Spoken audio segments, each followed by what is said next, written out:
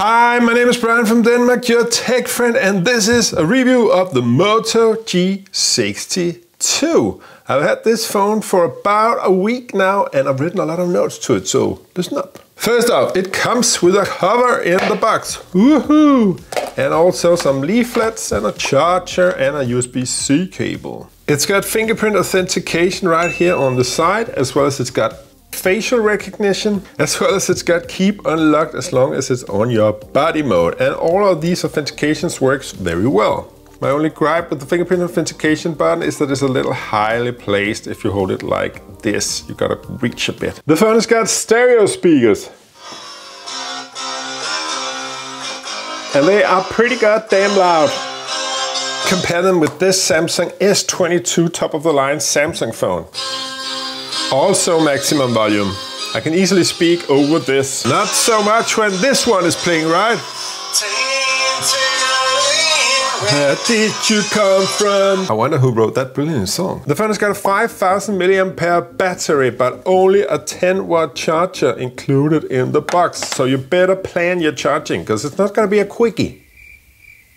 The phone has got motor gestures that I absolutely love. You know, this double slash to activate the torch, and double flip to activate the camera. Blimey! The phone has got 5G and fast Wi-Fi. The phone seems fast enough in daily use though. The Snapdragon 480 name doesn't sound high-end, and it isn't, but it is good enough in daily use. The phone uses 120Hz screen refresh rate. The text moves completely fluidly with my hands when doing this up and down. And now a very interesting thing, the touch of the screen is very good for typing and also for control in gaming. There's just something about the tactile touch to the feel of the screen when using it.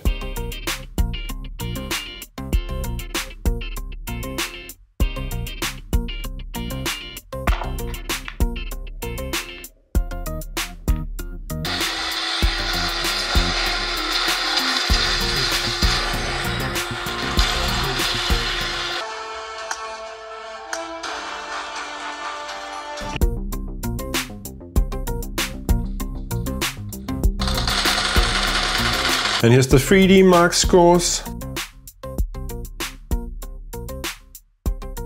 And here's the Geekbench.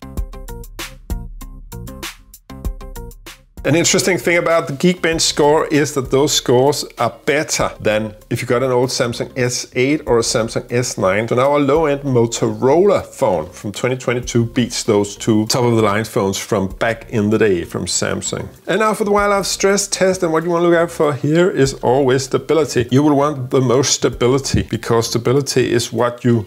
So you have a steady, decent performance when you're in a game. And also another thing, I noticed that, by the way, when you're charging this phone as well as gaming, it never becomes hot. So it's not a top performing phone, of course it isn't, but it just also never burns your hands. So steady low-end gaming on this phone. And you can watch a camera test by clicking a link up here or down in the description. If you can learn to live with a 10-watt charger and plus 2.5 hours of charging time and the screen's poor viewing angles, then you will become happy with this phone, because it's actually kind of won me over after 1 week's use. For more information on this phone, please watch my first impressions video on this phone up there, my unboxing video up there, or my camera test over there. My name is Brian from Denmark, your tech fan. Please remember to like and subscribe. See you around. Dingo.